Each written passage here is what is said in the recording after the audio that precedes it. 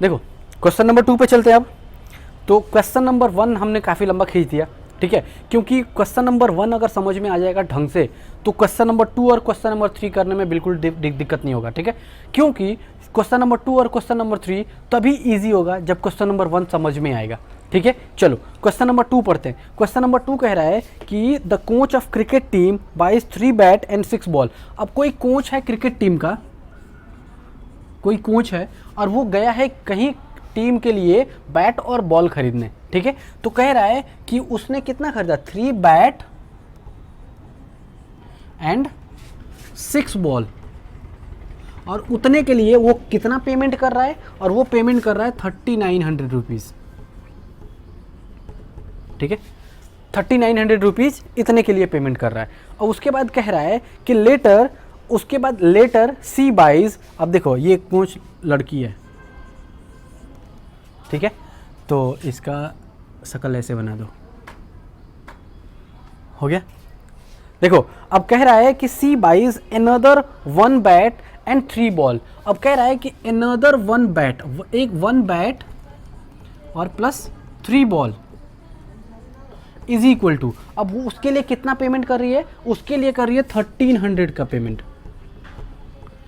एक बैट और 3 बॉल के लिए 1300 रुपये पेमेंट कर रही है, और 3 बैट और 6 बॉल के लिए 3900 का पेमेंट कर रही है।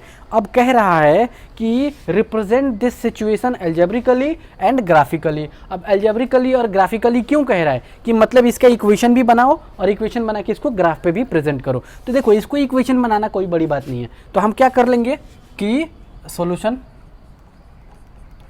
Late the price of 1 bat is equal to x rupees, ठीक है। और हम क्या कर लेंगे सेम ऐसे ही, the price of ball is equal to y rupees, ठीक है। ये हो गया। अब देखो सिंपल सा हमारे पास क्या है, 3 बैट है, तो हमारे पास जो देखो इतना रुपया है, तो 3 बैट के लिए कितना रुपया, तो मतलब 3 बैट है और एक बैट का कितना रुपीज़ है, x रुपीज़, तो 3x रुपीज़ हो जाएगा। तो मतलब इसको ऐड करेंगे तभी तो जाके हमारा आएगा, तो ये हो जाएगा 3x, और इसके लिए हो जाएगा हमारे पास कितना 6y, और इसके लिए हो जाएगा 1x मतलब x, और प्लस ये हो जाएगा 3y is equal to this. अब इस इक्वेशन को हमारे पास ग्राफिकली अलजेब्रिकली हम कर दिए, ठीक है। तो अब इसको हम अलजेब्रिकली लिख दे रहे हैं, तो हम क्या लिखेंगे यहाँ पे, तो 3 बैट था तो 3x plus 6y is equal to 3900 equation 1, और हमारे पास था x प्लस का 3y is equal to 1300 equation number 2। दोनों इक्वेशन अलजेब्रिकली तो हमारा हो गया। अब हमको करना है सिंपल सा ग्राफिकली। तो ग्राफिकली के लिए हम क्या करते हैं, हम दोनों को अलग अलग सॉल्व करते हैं। तो हम क्या कर देंगे यहाँ पे, ऑन सॉल्विंग इक्वेशन 1, ठीक है। अब इक्वेशन 1 को सॉल्व करो तो क्या है, 3x plus 6y is equal to कितना 3900, ठीक है।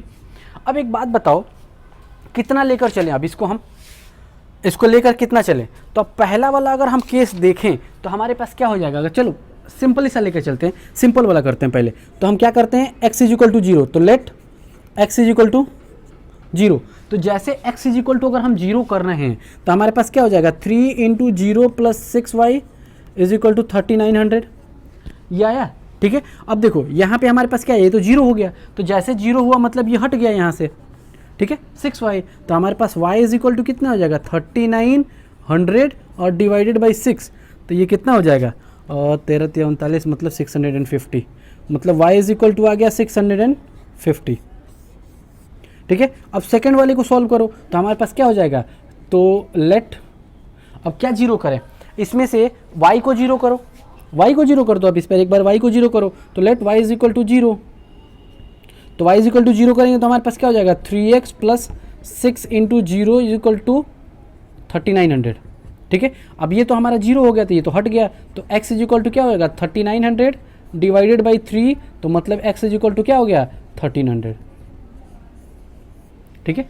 अब हमारे पास पहला हमारे पास बन गया, तो इसके कोऑर्डिनेट्स को लिख दो। तो कोऑर्डिनेट्स कैसे लिखेंगे, इसको बॉक्स बनाओ, x y, और ये हो गया अगर हमारे पास x 0 तो y 100 आया 650, उसके बाद आया y 0, तो y0 तो x आया हमारे पास 1300, ठीक है, ये हो गया हमारे पास। अब चलो आगे चलते हैं, अब इसके सेकंड वाले को सॉल्व करते हैं। तो अब हम सेकंड वाले को कैसे सॉल्व करेंगे, तो हमारे पास ऑन सॉल्विंग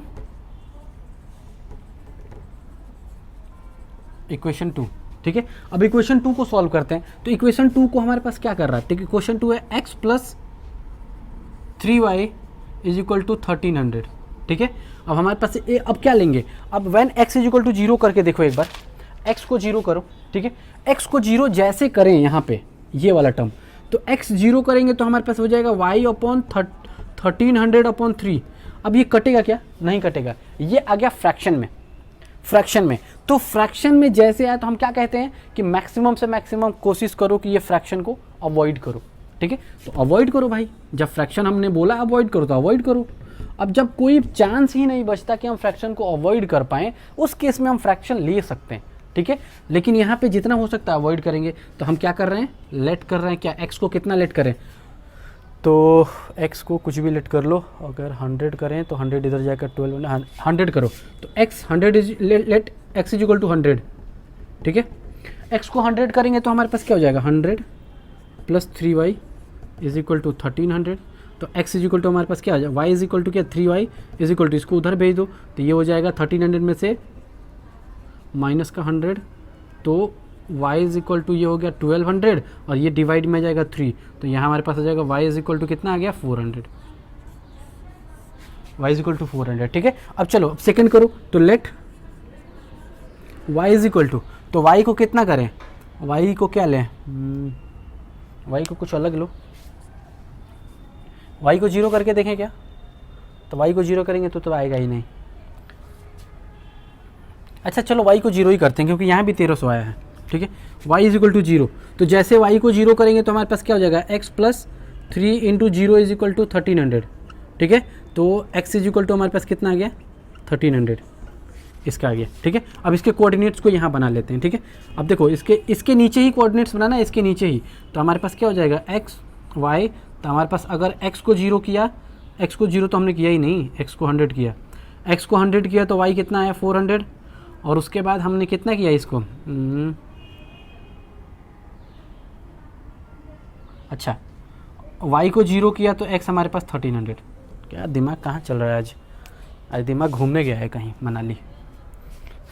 चलो देखो आगे बढ़ते हैं, आगे हमारे पास क्या है, ये बन गया। अब इसको हम क्या करेंगे, इसके सिर्फ और सिर्फ कोऑर्डिनेट्स को हम लिख ले रहे हैं इधर, उसके बाद हम इसके ग्राफ को लेकर चलेंगे, ठीक है। तो इसका कोऑर्डिनेट्स हमारे पास क्या है, x, फर्स्ट इक्वेशन के लिए हमारे पास कोऑर्डिनेट था कितना, 0 650, और हमारे पास जब y 0 तो ये हो गया हमारे पास 1300। ये इक्वेशन 1 के लिए था। अब इक्वेशन 2 के लिए क्या है हमारे पास, x बाई वाई, तो देखो x जब हमने क्या लिया था 100, तो y कितना आया था 400, और x जब हमने कितना लिया था 1300, मतलब y 0 लिया था तो x हमारे पास आया था 1300, ठीक है। चलो दोनों इक्वेशन बन गया, दोनों इक्वेशन का कोऑर्डिनेट्स आ गया, मतलब अब इसकी हमको ज़रूरत ही नहीं है, इसको हटा दो। इतना मेहनत सिर्फ इसके लिए किया था, ठीक है। चलो अब इसका ग्राफ बनाते हैं। तो ग्राफ में देखो कोई भी वैल्यू माइनस में नहीं है, कोई भी वैल्यू माइनस में नहीं है, मतलब हमको माइनस लेके ही नहीं जाना, हमको सिर्फ प्लस प्लस से मतलब है। देखो तो ये हो गया कोऑर्डिनेट्स हमारा 0, ठीक है। इधर है हमारे पास x और इधर है y, ठीक है। तो देखो हमारे पास 1300 मैक्सिमम है, किसके लिए, x के लिए, और y के लिए मैक्सिमम कितना है हमारे पास 400, मतलब हम आगे तक लेकर नहीं, y तो 650 भी है, तो 650 भी है हमारे पास, ठीक है। तो 650 तक जाएगा। देखो हमारे पास 1300, तो मतलब हमारे पास क्या करेंगे, सबसे पहले इस केस के लिए अब क्या करना है, अब ऐसा 1 2 3 करके हम 1300 तो लाइन खींचेंगे नहीं, कितना चाहिए तुम्हारे पास, कॉपी भी तो होनी चाहिए उतनी लंबी, ठीक है। तो अब देखो इसके लिए हम क्या करेंगे, लेट करेंगे कि लेट, या फिर लेट तो स्केल कर देंगे ना यहाँ पे, तो स्केल हमारे पास कितना हो जाएगा 100 unit is equal to 1 centimetre, ये स्केलिंग कर देंगे, ठीक है। स्केलिंग करने से यही होगा कि हमारा क्या हो जाएगा, ये छोटा हो जाएगा, ठीक है। अब देखो जैसे 1 सेंटीमीटर हुआ तो 1 सेंटीमीटर को पहले हम क्या लेते थे, 1 यूनिट ही लेते थे, लेकिन अब 100 यूनिट ले रहे हैं, मतलब यहाँ पे 100 2 3 4 5 6 7 8 9 10 11 12 13 14। ठीक है, तो ये हो जाएगा 200 300 4 5 6 7 8 9 10 11 13 1400। ठीक है, सेम ऐसे ही अब y को लेकर चलो तो 1 2 3 4 5 6 8 9। अब देखो बहुत बच्चे सोच रहे हो कि यहाँ 100 लिया है तो यहाँ तो कम ही है तो यहाँ 50 का ले लो। ऐसा नहीं होता है, स्केल दोनों के लिए सेम चलता है। ठीक है, दोनों का स्केल सेम ही लेकर चलना है। तो अब इसके लिए हम क्या लेकर चलेंगे, देखो ये हो गया हमारे पास कितना 100 200 300 400 500 600 700 800 900, ये हो गया हमारे पास। ठीक है, अब देखो पहला इक्वेशन को, पहले लाइन को हम सॉल्व करते हैं। तो पहला क्या है, x0 y कितना है 650। तो 650 हमारे पास इसमें कहीं दिख रहा है क्या, नहीं। मतलब हमारे पास क्या है, एक से एक सेंटीमीटर को हमने क्या लिया 100 का, तो मतलब कहीं यहाँ पे आएगा उसके बीचों बीच 650। मतलब क्या, देखो 600 एंड 700 के बीच में आएगा, यहाँ पे कहीं आएगा हमारा 650। ठीक है, अब हमारे पास x क्या था 0, इसलिए हमने y एक्सिस पे ही उस पॉइंट को लिख दिया। ठीक है, अब देखो उसके बाद कह रहा है जब y को 0 कर रहे हैं तो x कितना है 1300, मतलब यहाँ पे कहीं पॉइंट है। ठीक है, अब देखो दूसरे वाले के लिए, पहला इक्वेशन का हमारे पास आ गया लाइन। ठीक है, अब देखो इतना बड़ा लाइन है कि वो टेढ़ा हो ही जाएगा किसी भी तरह करके। तो देखते हैं, ट्राई करते हैं उसको।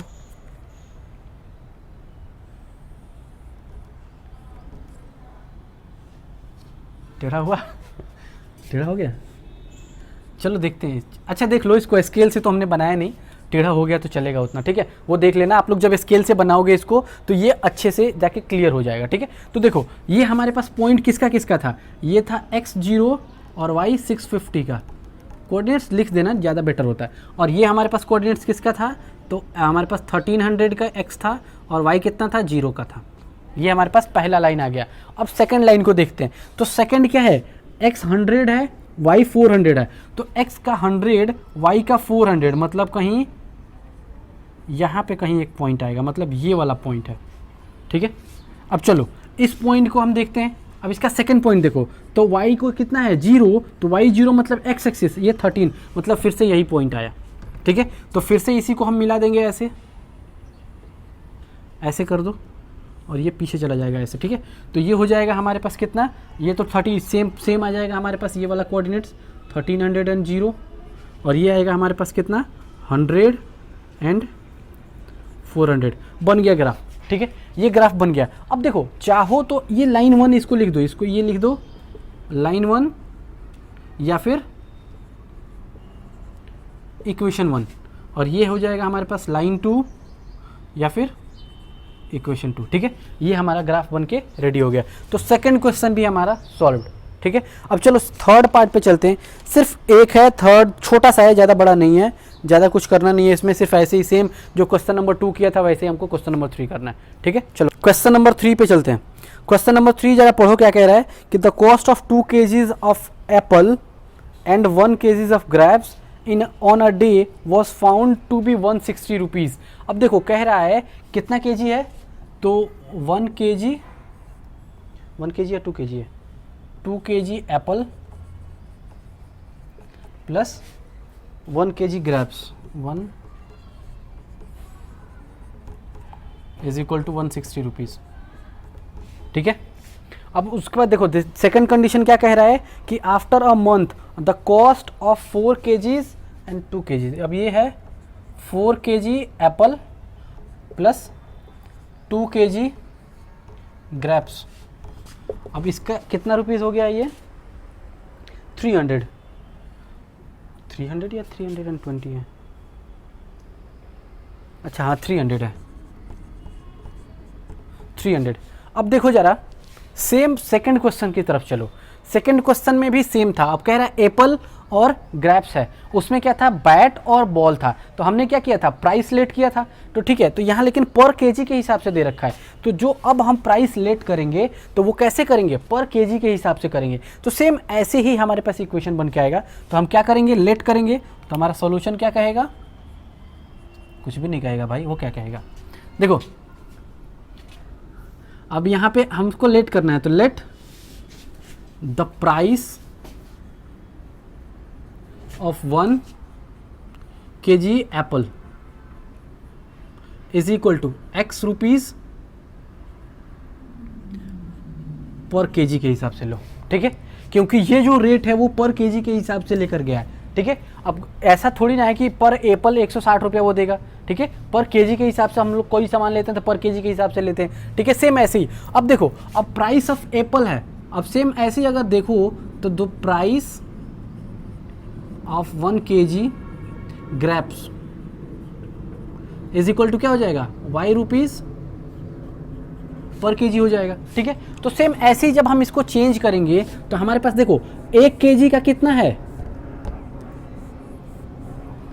हमारे पास 1 kg एप्पल का दाम है x रुपीज, तो 2 kg का कितना हो जाएगा 2x। 1 kg ग्रेप्स का है y रुपीज, तो 1y हो जाएगा, इसको 1y कर दो। ठीक है, अब सेम ऐसे ही ये क्या हो जाएगा 4x और ये हो जाएगा 2y is equal to this. ठीक है, हमारे पास इक्वेशन ये बन गया। तब इस इक्वेशन को थोड़ा ढंग से लिख देते हैं। ठीक है, देखो तो हमारे पास कह रहा था कितना, 2x plus y is equal to 160। ठीक है, अब दूसरा क्या कह रहा है, 4x plus 2y is equal to 300। ये इक्वेशन 1 है, ये इक्वेशन 2 है। अब चलो दोनों को सॉल्व करते हैं। तो हम क्या लिखेंगे यहाँ पे, ऑन सॉल्विंग इक्वेशन 1। ठीक है, अब इक्वेशन 1 को सॉल्व करते हैं। तो इक्वेशन 1 हमसे क्या कह रहा है, 2x plus y is equal to 160 rupees. ठीक है, तो हम क्या करें, तो let x is equal to 0। तो जैसे x 0 करेंगे तो y इज इक्वल टू कितना हो जाएगा 160। अब शॉर्टकट कर रहे हैं, टाइम बचाना। ठीक है, क्यों, क्योंकि देखो 2x यहाँ पे, तो x 0 तो मतलब ये तो पूरा पार्ट जीरो तो ये हमारे पास x इज इक्वल टू 160 हो जाएगा। ठीक है, अब सेम देखो y, देखो अब क्या करेंगे हम सेकंड केस में, तो let y is equal to 0। हम एक बार क्या करते हैं, x 0 करते हैं, एक बार y 0 करते हैं। तो y 0 कर दें तो हमारे पास क्या हो जाएगा, ये पूरा ही 0, तो हमारे पास आ जाएगा 2x इज इक्वल टू 160। तो x इज इक्वल टू क्या हो जाएगा 160 डिवाइडेड बाई 2, तो x इज इक्वल टू आ जाएगा 80। आ गया, चलो अब सेम दूसरे वाले केस के लिए चलते हैं। तो देखो इसका कोऑर्डिनेट्स कितना आएगा, फर्स्ट का कोऑर्डिनेट्स अगर हम देखें तो कोऑर्डिनेट्स हमारे पास आया ये x ये y। तो देखो जब x 0 तो y कितना आया 160, जब y 0 तो x कितना आया 80। ठीक है, अब सेकंड वाले को सॉल्व करो। तो हम क्या लिखेंगे यहाँ पे, ऑन सॉल्विंग इक्वेशन 2। अब इक्वेशन 2 को सॉल्व करो। तो इक्वेशन 2 हमसे क्या कह रहा है, तो 4x plus 2y is equal to 300। ठीक है, अब देखो हमारे पास है let x is equal to 0 कर दो, x इज इक्वल टू 0। तो x 0 करेंगे तो हमारे पास ये पूरा पार्ट 0 हो जाएगा, और जब पूरा पार्ट 0 हो जाएगा तो हमारे पास 2y इज इक्वल टू 300। एक ही बार इतना ज़्यादा आगे मत बढ़ो, दिमाग मेरा ज़्यादा बढ़ रहा है आगे। तो 300 डिवाइडेड बाई 2 मतलब y इज इक्वल टू 150। मतलब इसको एक ही बार कैलकुलेट आगे वाला एक स्टेप आगे का कैलकुलेट कर लिया था मैंने। ठीक है, देखो अब हम क्या करेंगे, let y is equal to 0। जब y को 0 करेंगे तो हमारे पास कितना आ जाएगा, ये पूरा ही खत्म हो जाएगा। तो मतलब हमारे पास कितना हो जाएगा 4x इज इक्वल टू 300। तो x इज इक्वल टू हमारे पास कितना हो जाएगा 300 डिवाइडेड बाई 4। अब 300 डिवाइडेड बाई 4 करें तो हमारे पास क्या, देखो अगर हम 2 से डिवाइड कर रहे थे तो 150 आ रहा था, 4 से करेंगे तो कितना आएगा 75 आएगा भाई, आधा आएगा उससे भी। तो x इज इक्वल टू हमारे पास कितना आ गया 75। ठीक है, अब ध्यान से देखो, अब इसका कोऑर्डिनेट्स हम यहाँ बना ले रहे हैं, आप लोग उसके नीचे बना लेना। ठीक है, तो चलो हमारे पास सेकंड के इक्वेशन का कोऑर्डिनेट्स क्या आ गया, ये देखो x 0 तो y कितना आया 150, और जब y 0 तो x कितना आया 75 आ गया। चलो अब आगे बढ़ते हैं। अब आगे हम क्या करेंगे, इसका ग्राफ प्लॉट करेंगे। तो ग्राफ प्लॉट करने के लिए हमको इसका कल्याण करना पड़ेगा। चलो आगे बढ़े, क्या देखो माइनस इसमें भी नहीं है, ठीक है, तो माइनस नहीं है तो हमको सिर्फ प्लस प्लस का चाहिए। अब ये हो गया 0। अब हमारे पास देखो यहाँ 160 है, यहाँ 80 है, यहाँ 75 है, यहाँ 150 है। तो बहुत बच्चे क्या करेंगे, इसको स्केल जो लेंगे तो स्केल वो कई तरह से ले सकते हैं। अब स्केल देखो, चाहो तो 1 यूनिट, या फिर देखो यहाँ 1 सेंटीमीटर इज इक्वल टू, अब चाहो तो 10-10 का यूनिट लेकर चलो तो ये थोड़ा लंबा दूर तक जाएगा, लेकिन चाहो तो 20 का ले सकते हो। 20 का लोगे तो एक जगह तो फ़ायदा होगा, पहला लाइन में बनाने में तुम्हारे लिए फ़ायदा हो जाएगा, कुछ छोटा बन जाएगा, लेकिन सेकंड लाइन बनाने में तुम्हारे लिए नुकसान हो जाएगा। क्यों? क्योंकि 20 के टेबल में या तो 10 करेंगे तो उसका हाफ कर देंगे। अब देखो 75 है, मतलब यहाँ से यहाँ तक अगर हम 20 लेकर चल रहे हैं तो यहाँ के इससे यहाँ तक 10 होगा, तो 5 बीच में, तो फिर यहाँ से यहाँ तक। अब ये वाला लाइन तुम लेकर कैसे आओगे, अंदाजे से तो ऐसे आएगा नहीं, तो इसीलिए हम क्या कर रहे हैं, हम 10-10 के गैपिंग पे लेकर चल रहे हैं, ठीक है। तो ये सब ना देख के थोड़ा दिमाग से यूज़ करके करना, ठीक है। तो चलो ये हम लिखते हैं 1 कितना लेकर जाना है, 16, 2 3 4 5 6 7 8 9 10 12 13 14 15 16। तो y का कितना है, अच्छा y का 16 है। ओ माय गॉड, चलो इसको मिटाओ यहाँ से पहले थोड़ा। देखो अब ये दिक्कत क्या था कि y का वैल्यू 160 है, मतलब ये वाला लाइन हमको थोड़ा बड़ा चाहिए, ठीक है, ये वाला लाइन हमको बड़ा चाहिए, ये थोड़ा छोटा भी रहेगा चलेगा। अब देखो हमको ये वाला वैल्यू पे लेकर जाना है 160, तो 160, तो देखो हमको 16 लाइन चाहिए, 1 2 3 4 5 6 7 8 9 10 11 12 13 14 15 16 17, ये हो गया। अब हमारे पास 80, मतलब 10 लेकर चलो, 1 3 4 5 6 7 8 9 10, ठीक है। अब चलो इसको लिख दो, तो ये हो गया 0, और ये था x, ये था y, तो 1 2 3 4 5 6 7 8 9 10 11, ये हो गया 1 2 3 4 5 6 7 8 9 10 11 12 13 14 15 16, ठीक है, ये आ गया।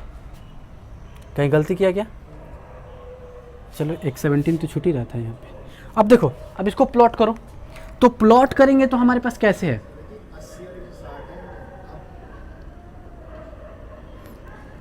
ले यही तो गलती हुआ। अब देखो स्केल लो, यहाँ पे स्केल हमको लेना है कितना, तो 1 centimetre is equal to 10 unit का स्केल लो, और हमने जो लिखा है वो कितने का लिया है, 1 का ले लिया है। तो क्या करना है, सबके आगे 0 लगा दो, थोड़ा दिमाग अपना भी यूज़ कर लिया करो, सब हम ही बताएंगे।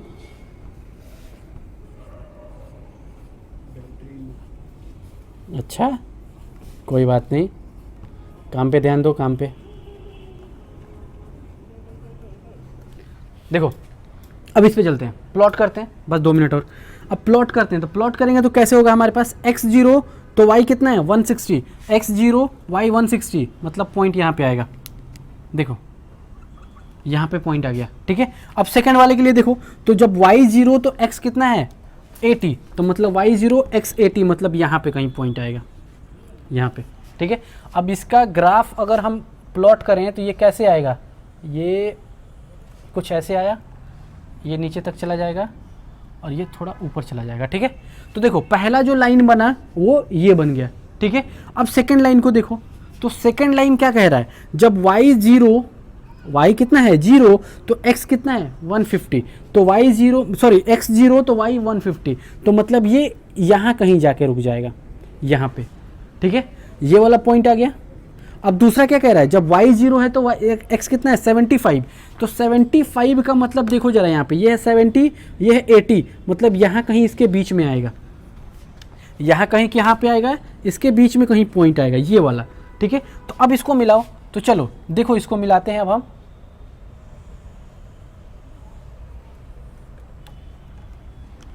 दिखेगा ही नहीं, वो पेन चला ही नहीं, चलो दूसरी पेन से कर देते हैं। चलो तो इसको हम करेंगे, ये हो गया हमारे पास इतना याद रखना कि ये जो लाइन हमने खींचा है वो हाथ से ऐसे ही रैंडम खींच दिया है, ठीक है। आप लोग स्केल से करना, स्केल से बिल्कुल सीधी सीधी लाइन आएगी। तो हमको क्या दिख रहा है कि जब हम इसके कोऑर्डिनेट्स को देखें तो ये है हमारे पास 80 और कितना है 0 सेकंड पॉइंट, और इसके लिए फर्स्ट पॉइंट कितना है हमारे पास 75 एंड 0, ये कितना है हमारे पास 0 एंड 160, और ये वाला पॉइंट कितना है 0 एंड 150। अब देखो कौन सा लाइन किसके लिए था, तो ये वाला जो था वो किसके लिए था, इक्वेशन 1 के लिए, और ये वाला किसके लिए था, इक्वेशन 2 के लिए। अब इस केस में दोनों हमारे पास क्या है, एक दूसरे के पैरेलल आएगा, ठीक है। तो एक बात याद रखना कि ये दोनों एक दूसरे के क्या हैं, पैरेलल। हमारा ग्राफ बन गया और हमारे पास क्या हो गया, दोनों का दोनों सॉल्व। ये हो गया एक्सरसाइज खत्म। सिर्फ 3 क्वेश्चन था, तीनों का तीनों हो गया खत्म। यही आ रहा है, ठीक है, बिल्कुल सही, ठीक है। देखो ये एक्सरसाइज हो गया खत्म। नेक्स्ट एक्सरसाइज में हम लोगों को करना है, मतलब नेक्स्ट वीडियो में हम लोगों को करना है क्या, एक्सरसाइज 3.2 का इंट्रोडक्शन करेंगे पहले। उसमें सबसे ज़्यादा इंपॉर्टेंट हमको पढ़ना है, और वो क्या पढ़ना है, जो कि हम ऑलरेडी आप लोग को बता चुके हैं क्या, कि जिसमें हम बताए थे कि A1/A2 B1/B2 और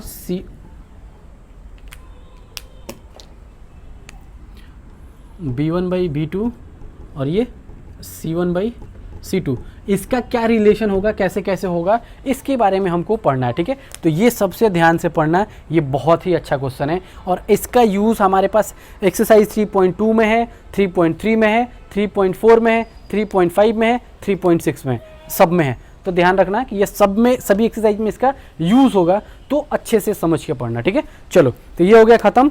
तो मिलते हैं आप लोग से नेक्स्ट वीडियो में, तब तक के लिए bye and all the best.